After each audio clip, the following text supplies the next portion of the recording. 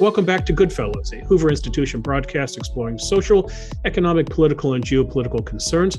I'm Bill Whalen. I'm a Hoover Distinguished Policy Fellow. I'll be your moderator today. And let's meet the featured attractions, the stars of our show, Hoover colleagues we jokingly refer to as the Goodfellows. That would be the economist John Cochrane, the geostrategist H.R. McMaster. They are both Hoover Institution senior fellows. Normally, we're joined by Neil Ferguson, but Neil is the week off for good behavior, I guess. He's actually working away on a biography, so good luck with that, Neil. We hope to have you back soon. John, I have bad news for you, though. Despite Neil's absence, you're still outflanked by historians. Joining us today is Major General Barry Price. That's retired Army Major General Barry Price. General Price is president and CEO of the Community Anti-Drugs Coalition of America. 25 years ago, General Price earned a doctorate from Texas A&M University's Department of History, in doing so becoming the first African-American in that school's history to receive a PhD in history. The good general joins us today to discuss America's opioid crisis in Black History Month, Dr. Martin Luther King Jr.'s legacy, the roles of Blacks in the military, and CRT's effect on schools and the armed services. General Price, we're honored to have you with us today. It's great to be with you all today. Thank you so much for having me. And I'm a little shocked, Bill, that you didn't title HR with the eternal optimist that I saw you do in previous shows. I was trying to avoid baiting you because you take issue with that characterization. So yeah, if you don't like the characterization, it's a good time to spill the tea on HR. Okay, good. I'll go with it. Okay, very good. We'll get to opioids in a minute, but first let's talk about breaking news, which is what is going on vis-a-vis Ukraine. The president just gave a speech in the White House announcing sanctions. As we speak, EU foreign ministers are reviewing a set of sanctions. According to the New York Times, 27 individuals and entities, apparently not including Vladimir Putin. In Berlin, the German chancellor said he'll halt authorization of the Nord Stream 2 natural gas pipeline, at least for the time being. In Brussels, the NATO Secretary General says he believes Putin is still planning for a quote-unquote full-scale attack. And back in Moscow, Russia's upper house of parliament gave Vladimir Putin permission to use military force outside the country. HR, I read all of this, and this sounds like Barbara Tuchman of the Guns of August.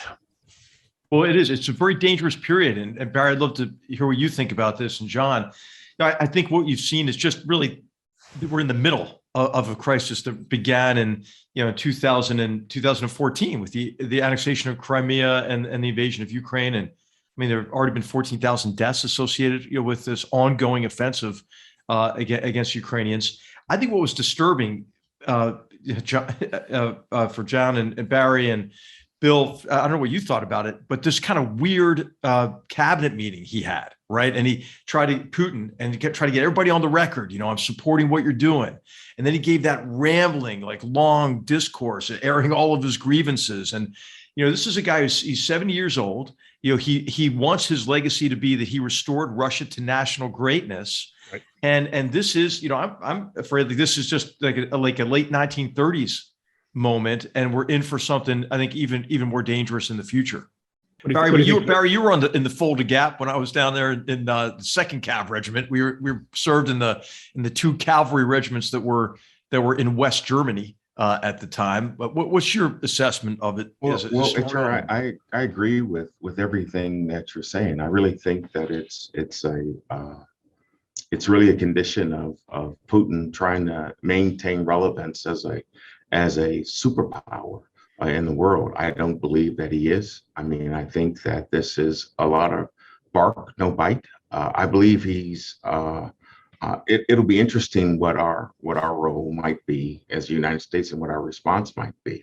I often wonder, and people have often asked me, why didn't Putin do this when Trump was in power, where it looked like he may have had support or at least a sympathetic ear in the White House. And so my larger question is why now is this occurring?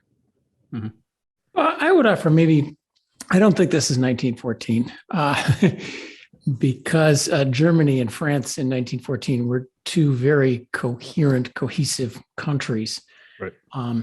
So I was very interested. The Wall Street Journal had a long series today that I read this morning, which I found very interesting, on all the internal meddling going on in Ukraine by the Russians and the Ukrainians, how good they've been at trying, that their 2 Navy commanders switched sides in Crimea, and their intelligence services used to be riddled with Russian operatives. There still are a lot around. There's cyber attacks going on. I think the goal right now is to try to destroy Ukraine as a state, to turn it into another kleptocracy, get rid of the current government, causes as much damage inside. Notice the very clever thing that Putin did today, which was to announce the two breakaway provinces are now separate countries, and therefore his troops are just peacekeepers. It's not an invasion of Ukraine. Now, no one's buying it, of course, but it kind of gives you an indication of the little green men that undermine the country, that destroy the country. Why? Because he knows that if it's 1914 and he sends the tanks rolling to Kiev, that's a step too far. That will actually get the rest of us out of our somnolence. The Italians have already said, well, sanctions, yes, but not for energy, of course. Right. So as long as it's plausibly deniable, and I think the troops are there just to be, don't try anything, leave me alone to destroy this country, is what he's after. Right. Because, of course, now people say, oh, he wants a promise that Ukraine won't join NATO. He wants promises from us. The U.S. is real good at promises, like the one that Ukraine keeps its territorial integrity. So that doesn't make any sense. I think his primary goal is internal. He wants to wake up tomorrow morning. Here's a guy who can't retire, because if he does, he won't wake up tomorrow morning. He's got his own unstable situation to deal with, and then he's in a tough spot. These sanctions are going to really hurt his support within Russia. Anyway, so I'm not an expert on this stuff. I'm just reading the newspapers, but push just up until the brink, cause as much destruction in Ukraine as he can, try to turn it back into a client state. I would say that's the goal, not tanks rolling to Kiev. And just as we transition, I know, Bill, we've got a lot to cover today, but I'll just say that he's accomplishing a lot of what he wants, right? He's already kind of de facto occupied Belarus. He's got Ukraine under his thumb. He's put in effect kind of a de facto blockade on Ukraine. He's weakening Ukraine economically, but he's not getting everything he wanted. He really wanted disunity. And John, you're getting at this. He wanted disunity within Ukraine. Hey, he's done a lot to really stoke Ukrainian nationalism. And he also wanted disunity in Europe. And of course, there's a fair bit of that as we're talking about. But really, we've held together with our European allies on this. So, I'm not neither optimistic nor pessimistic about the future, because Putin is unpredictable, I think. But I'm not disheartened by the response so far. I just want to, and thanks for pointing that out. I think we need to give the administration kudos for really getting the allies together on a much more united front than people thought was going to be there. One final question on this front, then we'll switch over to opioids HR. If you listen to Putin's speech or read Putin's speech, two things stood out. Number one, just his absolute paranoia about the West, just claiming the West was, just encouraging, egging on Ukraine to do horrible things against Russia. But then secondly, his embrace of history and explaining how the Bolsheviks created this rogue state to begin with, and clearly his ambitions to recreate a Russian empire. But if you look at my map from 1914, getting back to 1914, you'll find the Russian Empire encompasses Poland. It encompasses the Baltic states. It covers Finland. If you want to go back to 1867, there is Alaska, Fort Ross in California. I'm not saying he's going to invade California. Maybe we'd let him have California. Who knows? But the point is, HR, we sit down with Putin. At some point, we're going to talk to Putin. How do we stave his ambitions, assuming that this is sort of like the 1930s and there's somebody who just wants to keep grabbing land? Well, you have to meet it with resistance, right? You have to deter by denial, which we've talked about, quite a bit. And, Putin, it's funny, both Putin and Xi Jinping are great manipulators of history. It's consistent with, the great Orwell quotation that he who controls the past controls the future, and he who controls the present controls the past. And both of them were trying to revise history. She's trying to deny, the Cultural Revolution, and just the tragedy of Communist Party rule in China.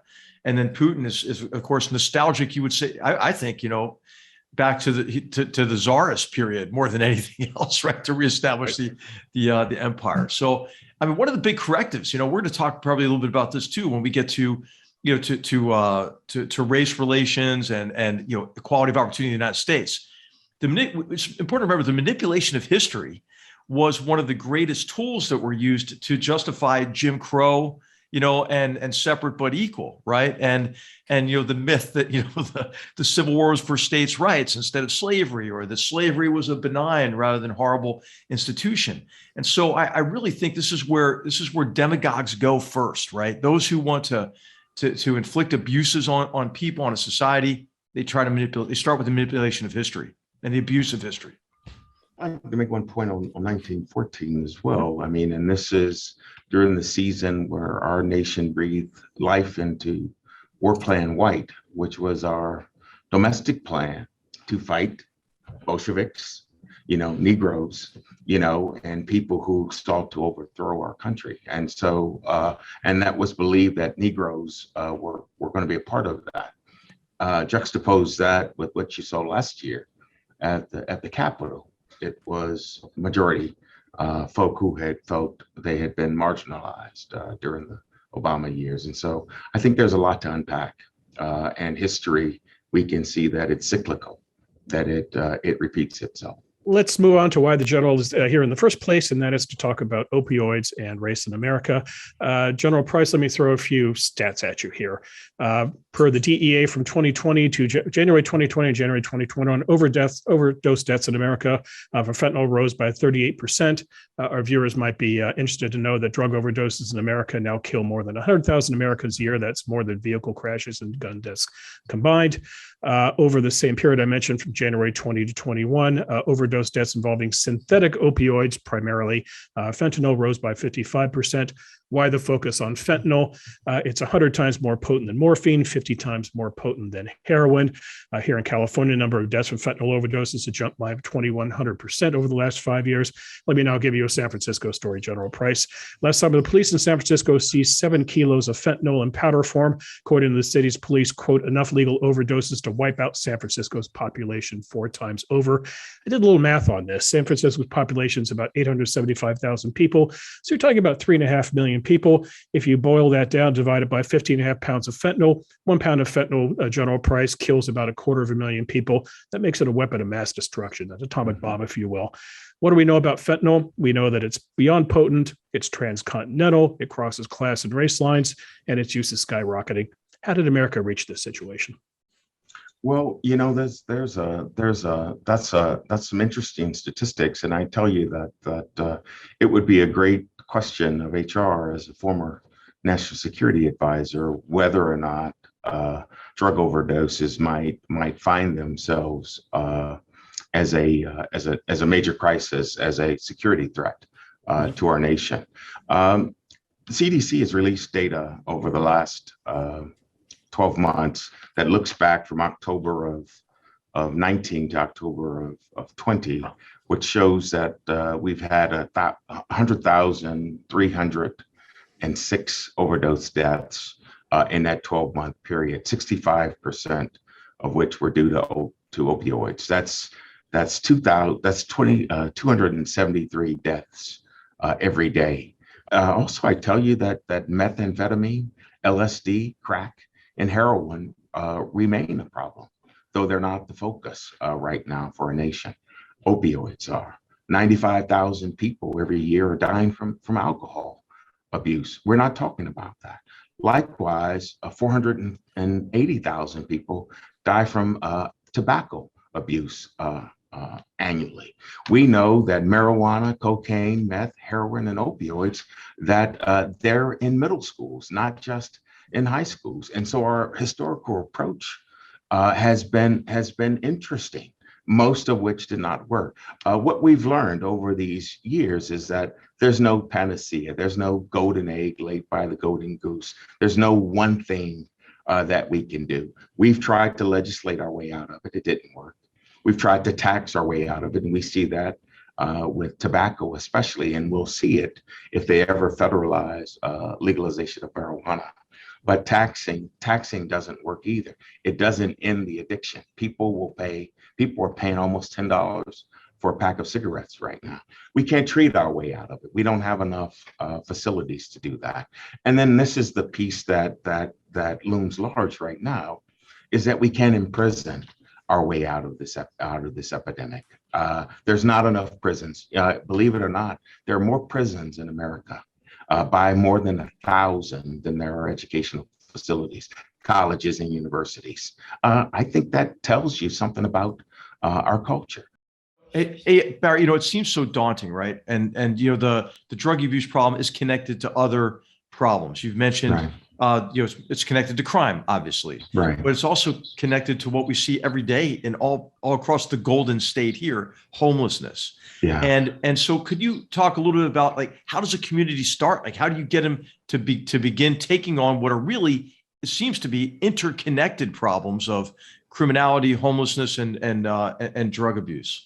Yeah, and the piece that you're really talking about, usually when you talk about homelessness, is a mental health problem.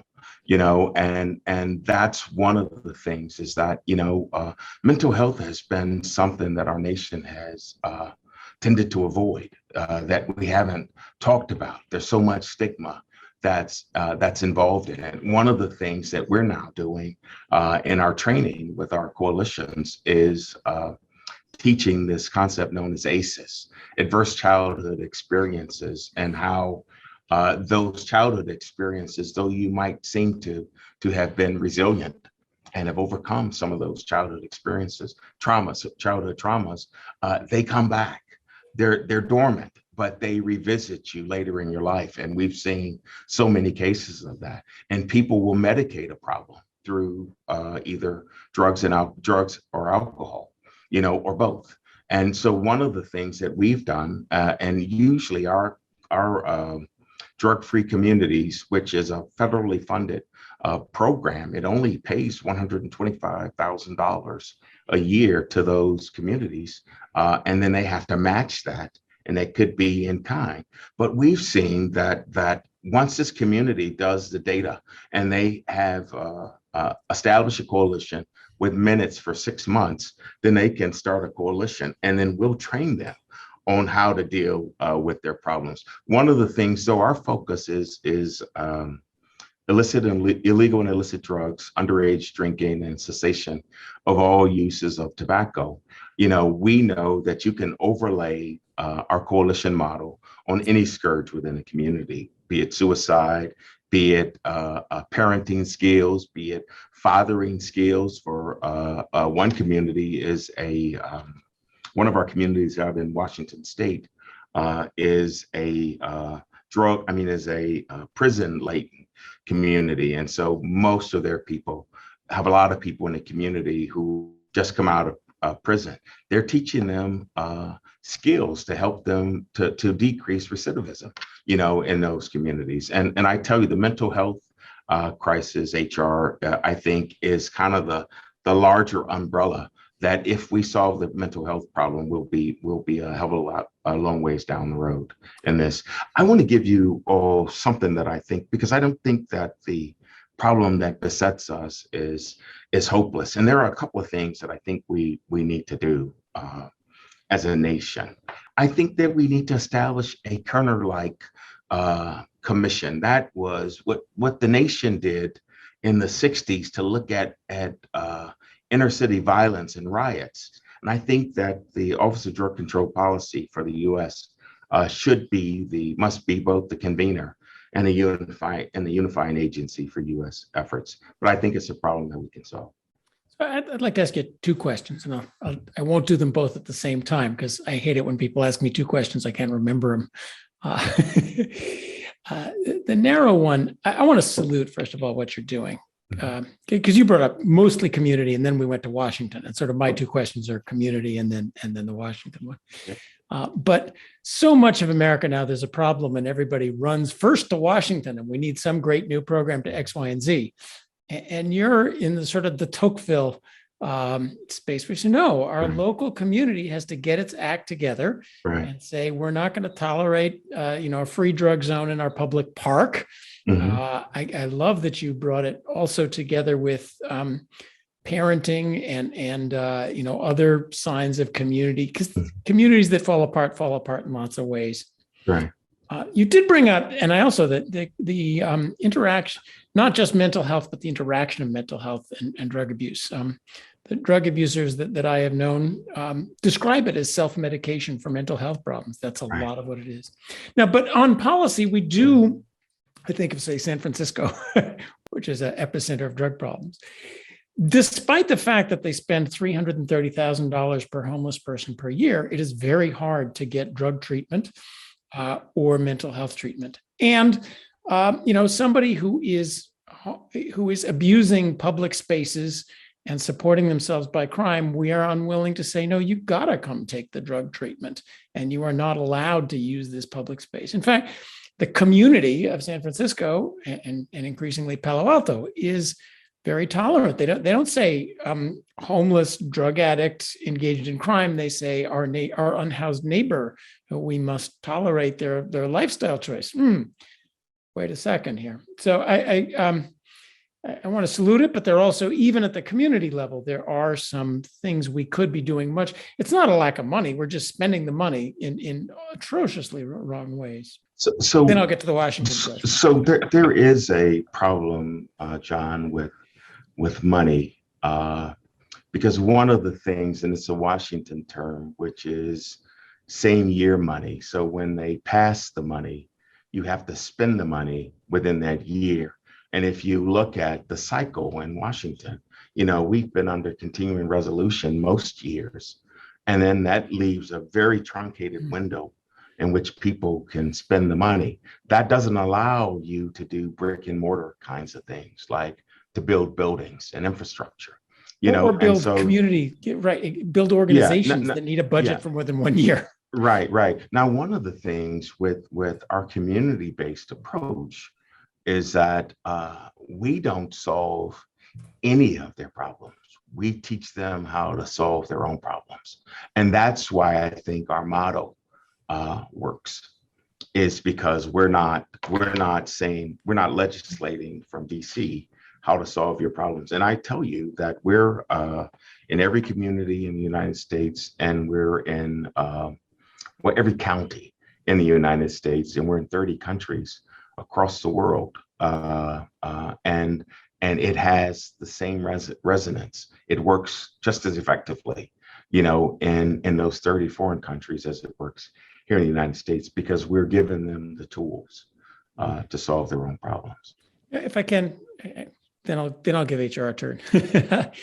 I want to ask you a difficult question. It's the libertarian question. You've probably heard it, so you have a good answer.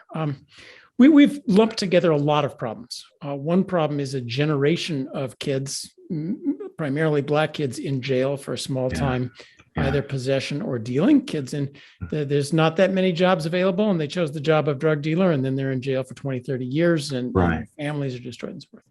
There's another problem, which is the nexus of crime and homelessness.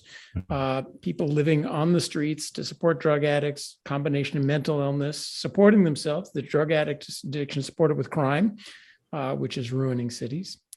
There's the problem of overdoses that we started with. There's the problem of countries. A lot of Central America is now basically narco-kleptocratic terrorist states. Afghanistan supports itself on opium policies. And there's the problem of wasted lives, people who just take drugs and are waste their lives. Now, all but one of those would disappear if drugs were legal and made by drug companies. Fentanyl is incredibly cheap. And if you could get it as a pill that said this is exactly 10 milligrams of fentanyl, no more than no less, pure thing, overdoses would be done because you know exactly what your dose is. Crime would go away because it'd be incredibly cheap. We would undercut the mafia, third world countries, all sorts of problems all over there. There would no longer be a generation, even the question of a generation of drug dealers, the neighborhoods that are taken over by drug gangs, unpoliced areas of the US. There would be more wasted lives. Now, is that not worth it? And here you've kind of lumped in addictive things like fentanyl and non-addictive things like pot, but that is my first reaction. And now, of course, it's a difficult one for our country to go to, but I think it's a fact that all of those things would disappear except for the way in the quest of sort of paternalistic, we're not going to let you waste lives. Right. Wow, have we done a lot of destruction? Right. Shouldn't I give up? If I can jump in, can I jump in here for a second? So John is on some very familiar turf for Hoover economists. There's, of course, the late, great Milton Friedman, who said in 1991, quote, "I'm in favor of legalizing drugs according to my values. If people want to kill themselves, they have every right to do so. Most of the harm that comes from drugs is because they're illegal." But here's George Shultz writing in Hoover's Defining Ideas of August 2013, quote, "Drug abuse should be treated as a health problem. We should carefully study the experiences of other countries with decriminalization as distinct from simple legalization." What the late Secretary Shultz was getting at was if you remove the criminal element by making it possible for addicts to buy drugs at a regulated price that approximates their cost, you get rid of the supply by getting rid of the profitable demand. I think that's a community health problem, which is Right. I'm still very influenced by what you've been saying about. But right. Okay, But John, you're asking, is there a market? Is there kind of a market solution to this? Yeah. Well, John, I tell you that the facts, the data doesn't bear that out. So what you just described is the global view, the European view of harm reduction. That is, it's my temple, it's my body. I have a right to do whatever I feel I should do to my body. And oh, by the way, if I get in trouble and I ask for help, I should have the government then to be there. You look at our history, that hasn't borne out in the United States. There's a belief that if you legalize cannabis, and you said that cannabis is not addictive, that's not what the science says. Science says even that there's no true medicinal purpose from cannabis. There is some properties in cannabinoids that have some properties, like, for example, we know that it provides relief from glaucoma, and from cancer patients, it provides them some relief from nausea, from chemotherapy. But save that, that's really it. We like know that, and there's a big question of, is cannabis a gateway drug? We see people who smoke cannabis usually will do an increase to sustain the high, because your body gets accustomed to it. We know as a nation, and you look at Denver, which was the first state to pass recreational use, and from the high intensity drug trafficking area in Denver, the HIDTA in Denver, in the state of Colorado, we know that about 27% of the auto fatalities, the autopsy showed that there was cannabis in the system of the person. Were they driving impaired? We know that it takes about 30 days for your body to deabsorb, because it's in your fatty tissues. So it takes about 30 days before you're clean of cannabis. And so we don't know from that data whether they smoked marijuana the day before or 29 days before. We believe that for cannabis especially, that it should be an FDA issue and not a ballot issue. It's a drug. It's a drug that we're learning a lot about, and we know that cannabis is telling the same wives' tales that we heard with legalizing gambling. Oh, we're going to put lots of money into the schools. I'm not saying drugs are great. Just the cost of the war, as we found with prohibition, alcohol is not great. No, it's not. And again, we're still losing 95,000 people a year. But the cost, but prohibition and what it did, organized crime, bad booze, people die. It was not worth it socially. Right. So are we? Right. It's not great, and I'm not saying it's a great thing, but. A lot of the stuff that we're seeing are very high costs of the war on drugs, and maybe we should anyway. And here's another factoid I want to give you before I let you off the hook is 11% of the population has a problem. That means that 89% don't, and so I don't believe it even requires measures like you may have, like you alluded to solve a problem, because it's 11% of a population that might have a problem. Hey, sure. Yeah. So I was going to, what I was going to try to segue into is really there's been obviously a lot of focus this past year on the various traumas we've come through, right? The pandemic, the recession associated with the pandemic, and then I was thinking about you a lot, Barry, because of your book, book on the history of federal intervention to quell civil unrest, and then the research that you did Yeah. for your dissertation, during which you went to some of the most, underprivileged urban areas in the country. You did a lot of interviews, mainly with police, with police officers and police leaders as part of that dissertation and research. And so much of the narrative over this past year has really been around the constellation of issues with the buzzword diversity, equity, and inclusion, right. which we at the Hoover Institution tend to think of in terms of equality of opportunity, right? Yeah.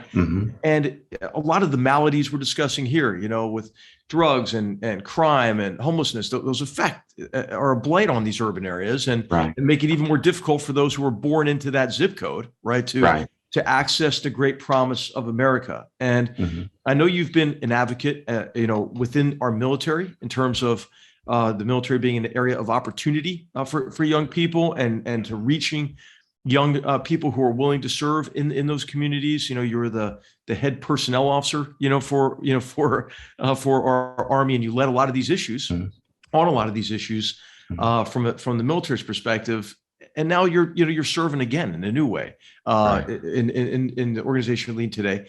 What are your thoughts about it? Like, how do you diagnose the problem of inequality of opportunity, and what do we do about it? Yeah, so that's a lot, HR, to unpack, and I'll try to do it within the time that I have left. That's a joke, John. That's just to spook John a little bit. Hey, so HR, I tell you, I did travel to every city that rioted after the death of Martin Luther King, 72 cities, to every city that rioted after the Rodney King trial verdict, and that was 13 cities in 11 states. And I tell you that you see a lot of the same things. I remember driving in St. Louis, and I came up with this term, concrete bastion of hopelessness, because that's what I saw. I saw people playing cards or playing dominoes in the middle of the street, in the middle of the day, with the oasis, which is the skyline. You can see it, but it's almost like these folk didn't have access to it. There's a city in Miami, a little section of Miami called Coconut Grove. I don't know if any of you have been to Coconut Grove, but it is opulence to the third power. I mean, it is just swank shops, Gucci shops, specialty shops, high-end hotels, high-end cars. Everything about Coconut Grove says opulence. But there's an alley. I was there for a funeral of my Command Sergeant Major's mother, and she lived on the other side of an alleyway with a fence, and the fence was probably a couple of stories high. The gate was, but it was a fence that was a regular size. It was like a door. And when things would get bad in Miami, and Miami had a lot of race riots in the 80s, they would lock the fence, which meant you had access to that opulence when things were going well, but they cut you off when things were bad. And I think that gateway is really epitomizes many of our inner cities that we talk about, and I'd like to talk a little bit about critical race theory, because there's a lot of things that it is, and there are a lot of things that it's not. And then there's been a lot of focus in recent days that talked about what it is. And critical race theory is written by Professor Derek Bell, Harvard-educated Harvard professor. It was intended to be a framework that can be used to theorize, examine, and challenge the ways that race and racism implicitly or explicitly impact social structures, practices, and discourses. In other words, CRT scholars in the 70s and 80s argued that the liberal notion of value-neutral U.S. laws had a significant political role in maintaining a racially unjust social order, where formerly colorblind laws continue to have racially discriminatory outcomes. In short, it's a legal analytic theory founded and taught in law schools, which examines how policy and legislation have promoted and continues systemic racism. Like, and I'll give you some examples, like this notion of driving while Black. You've all heard it. I've actually experienced it. Like racial profiling by police officers, like stop and frisk policies that they used to have in New York that the mayor is bringing back. And these policies are applied unevenly, and hence they violate people's Fourth Amendment rights. Another example, like redlining or predatory lending and undervalued appraisals of African-American owned dwellings, which fail to comport with the Fair Housing Act of 1966, like present-day efforts to upend the Voting Rights Act of 1965. And you're seeing it all around us to make, and it's seen as an effort to make minority voting more difficult, like qualified immunity, which was first introduced in 67 in a case that litigated during the height of the Civil Rights Movement.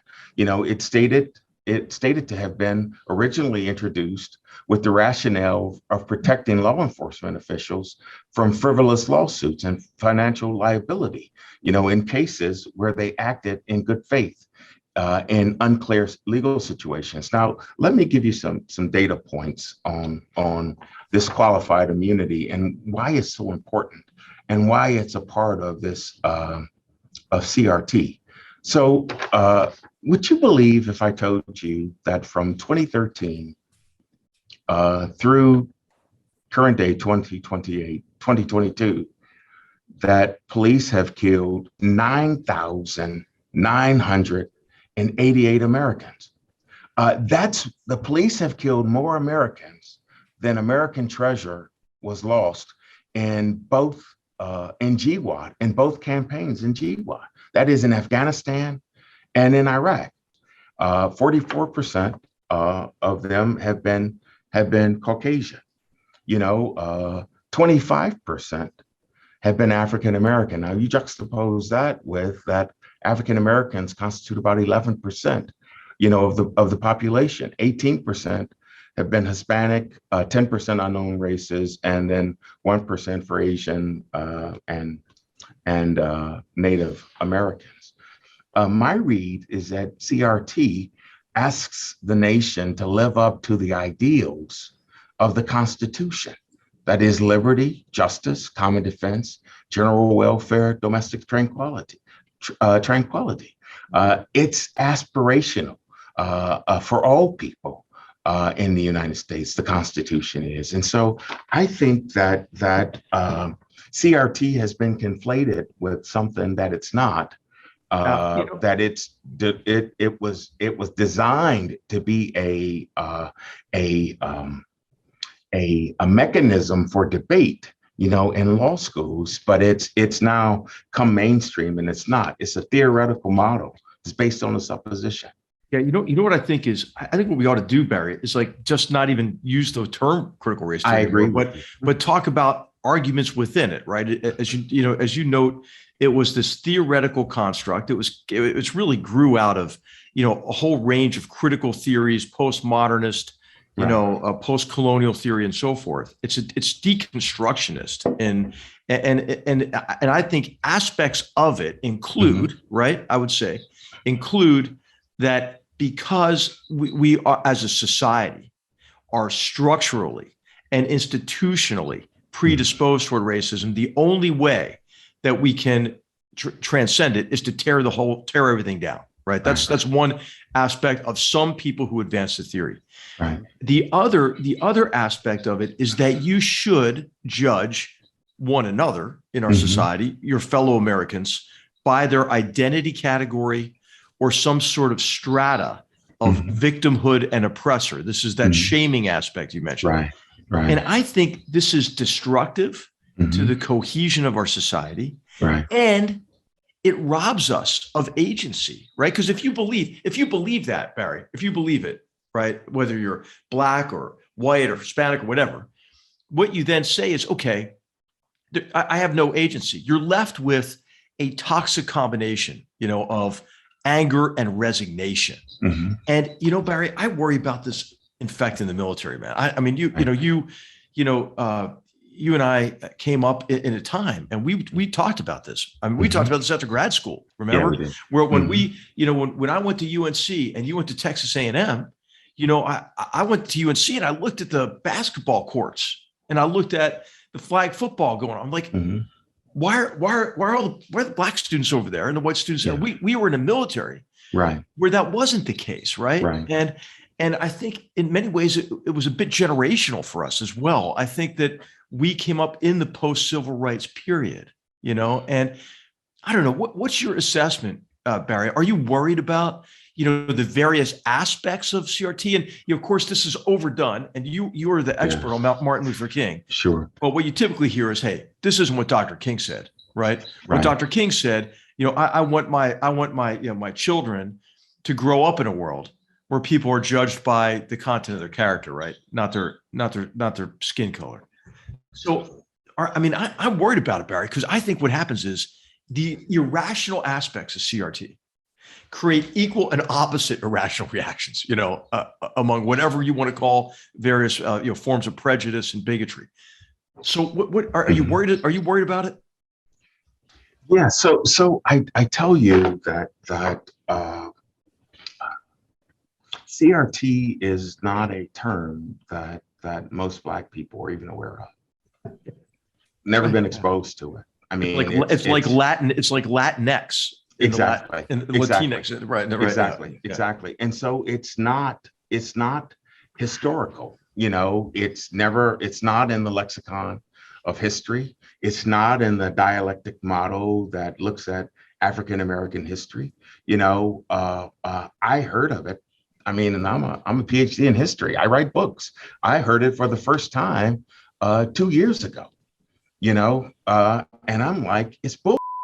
I mean, it's not, and who's giving it agency, or who's building the fire under it? It's one of the many things that came out during the last administration. After Voigt became the head of OMB, where they started attacking it, and looking at contracts, and conflating it with ethnic observances, with DEI. I will tell you that I think HR, the pendulum overswung as a result of the George Floyd phenomenon. I think that George Floyd was America's Arab Spring. It had all the trappings of it. It was a social movement, where Black Lives Matters, got agency. But what's their focus? I can't tell you, what's theirs. Yeah, I believe Black Lives Matter. I believe all lives matter, but the question is, where did CRT come from, and who's talking about it? You rarely see any Black folk talking about it. You don't see it on any Black media shows. I hear more talking about it in the episodes of Goodfellas than I've heard about it ever. And so I think it's much to do about nothing. If you ask me, it's not historical in that it's not the period of paternalism, which is well defined in Black history from 1865 to 1920. It's not, the period of transition, which is the period of the Harlem Renaissance, where Blacks started telling their own story. It's not the period of maturation, which is the 50s and 60s, where America, breathed life into the Pledge of Allegiance, where we put "In God We Trust" on our currency, and we started telling a story of a United States, of one, a nation indivisible with liberty and justice for all. I've yet to see, and I've heard about CRT. I mean, and they're conflating the renaming of military installations if they do that. Atai Sedgley's research, the taking down of statues with critical race theory. It's not that. It's local understanding, and I think a desire to say this in this locale offends me as this type of a person, but that's not critical race theory. Can I just follow quickly, and then John, I'm sorry to monopolize here, but I do think, Barry, it's tied though to post-colonial theory, right? And it's tied to other critical theories that essentially teach our young people, especially in universities. And I think now this is trickling down. This is the Howard Zinn view, right, of American history into secondary schools. Right. And Barry, in general, I would call this the curriculum of self-loathing. Yeah. That is associated, it's associated with the New Left interpretation of history. Yeah. But now it's associated with these other theories as well. And and of course, we don't want a contrived, happy view of our history. Right. We want to go back to that. Yeah. But, I mean, with something like Project 1619, when it says, okay, and you're an American historian like I am, man, that our country was not founded on to preserve slavery. No. I think, that it was founded on principles that ultimately made that horrible institution untenable, right? And and to teach the former, I think shakes our confidence in who we are as a people, and makes us less able to improve, and to build a better future for the next generations. If I could let me try to summarize a little bit, because I thought, Barry, you started with a beautiful job of reading critical race theory and finding in it a trenchant critique of where we are in America in race today. I couldn't. I'm not. That was beautiful, but of course, you also these labels are dangerous, and I think what we're learning is the labels are highly politicized, used to demonize and to dogmatize. Right, and they're as now HR was pointing out. There's a critical and a theory in critical race theory, and critical theory is a bunch of ideas that thinks capitalism is inherently evil. We are all colonialism. Everything we got by destroying. There was a lot of destruction in colonialism, but it wasn't the only sin in the world. That wants to create a ethnic and racial political organization, which you guys have been around the world, and you can see just how well that's worked out in places like Yugoslavia, Iraq, everywhere else. It's been tried. It's about as successful as communism and socialism everywhere. Those have been tried too. So I think that the critical theory parts of that are worth it admitting. When you said all lives matter, that's actually in DEI statement rubrics. That will immediately get you fired because you're not allowed to say that. Well, good thing I don't do that. Huh? I would. But for example, when you said qualified immunity, that's not just a CRT thing. That lots of people, including my favorite libertarians, think we have a way too militarized police, and that qualified immunity is there's the wrong kind of policing in lots of places. And I would, there's systemic racism all over the place. Let's start with the public schools. One of the important cleavages in America is you ask minorities, what do they want? They want better schools. They want school choice. They don't want what the public school teachers union is doing to their kids. And, in a lot of lefty politics, you're not allowed to say, oh, that's one of the most systemically racist institutions in America. So anyway, I think I've put together what everybody said. That's great. That's a great summary.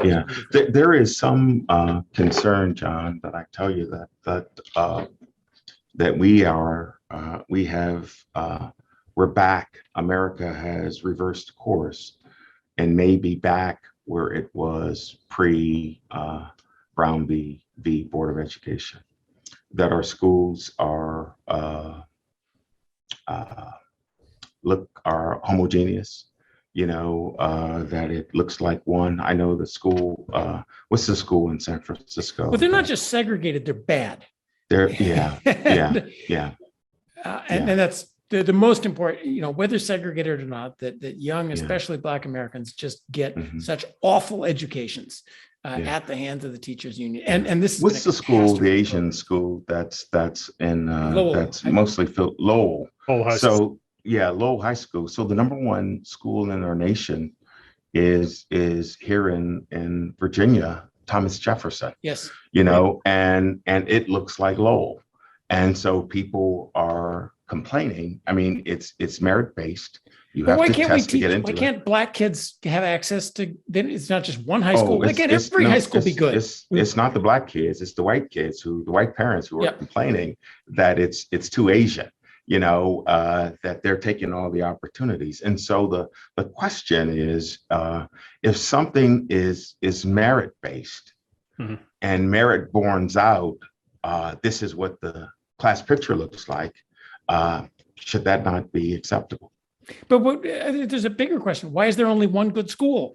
Why don't we have more? Oh, better it's schools? plenty of good schools, but Why can't there be but it's a more great great school. Yeah, schools? yeah. There are It's not that hard. guys, these are very big questions, and the producer is really anxiously trying to get us to wrap up the show. So I'm sorry, we're going to have to cut it off here. General Price, this is a great conversation, and we could have gone on all day about this. Come back and talk to us again. You know, Hey, Bill, could I leave you with a thought? Yeah. Sure, go ahead. And I think this is something that it resonates and it lives within me.